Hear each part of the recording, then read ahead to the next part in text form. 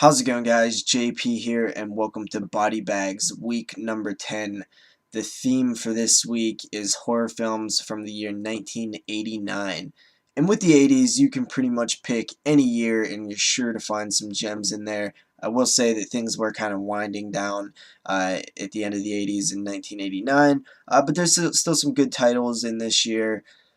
Um, I didn't really know which one to pick. I could have picked something that I own in the collection and go with that. But it seemed like recently most of the films that I was looking at in the collection I've watched recently, and I kind of wanted to watch something that I haven't seen before or something that I haven't seen in a long time. So I hopped on Netflix and I found Leviathan, which is from the year 1989 with the tagline of "The True Meaning of Fear" or something like that. But yeah, this is a film that I seen a bit of a while ago, maybe like last year. I caught it on TV or something, fell asleep watching it, and I was pretty into it. It was pretty cool. So the film follows a group of underwater miners who are trying to mine the silver in the area. These are your working class type people. And as they're down there, you got a whole crew of male and female characters. As they're digging around down there, one of the characters ends up getting a little off course where he finds a ship by the name of Leviathan. It's a Russian ship, a Soviet ship.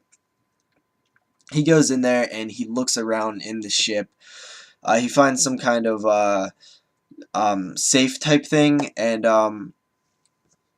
brings it back aboard.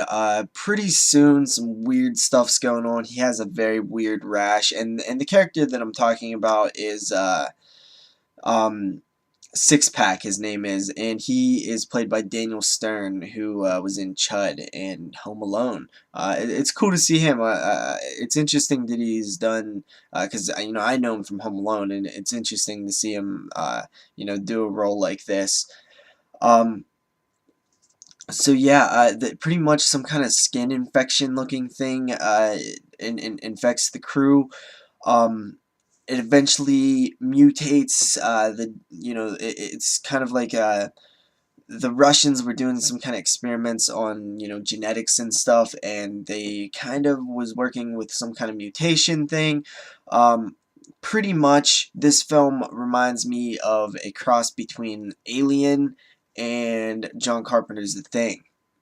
And it really does feel more of a rip-off than something that's inspired by, especially Alien. It really feels like a rip-off of Alien. Kind of feels a bit uninspired in that way. But that doesn't mean that it's completely bad either.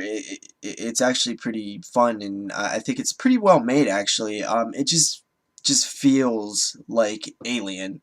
Um, you have instead of in space, it's underwater, and the crew definitely feels like those space truck drivers in Alien.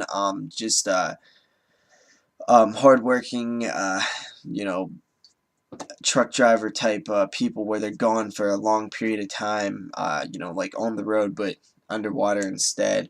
Um, Also, though, very likable characters. I was actually kind of surprised. Daniel Stern is an asshole, and he's a cool character though. I kind of liked everybody.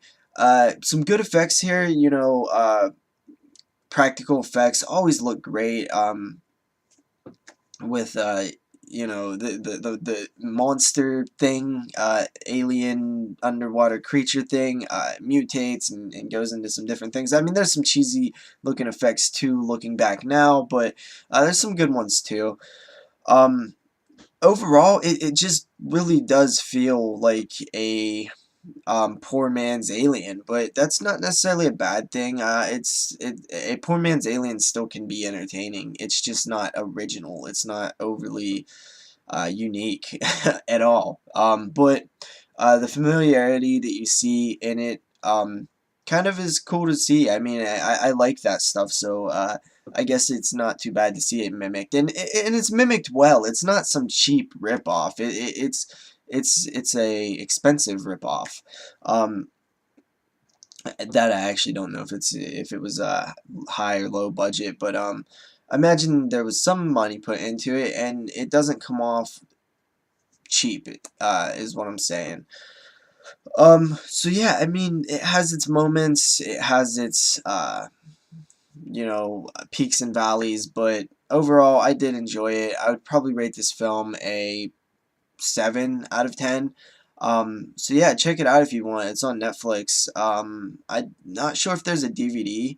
It might be out of print, so watch it on Netflix if you're interested. I'm not really feeling too good right now. I'm like kind of sick, and it just kind of hit me when I was watching this movie.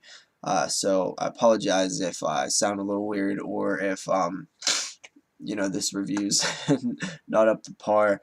But that's about it, guys. I'll see you next week here on Body Bags, same day, probably not same time, but I'll see you sometime during the day. Peace.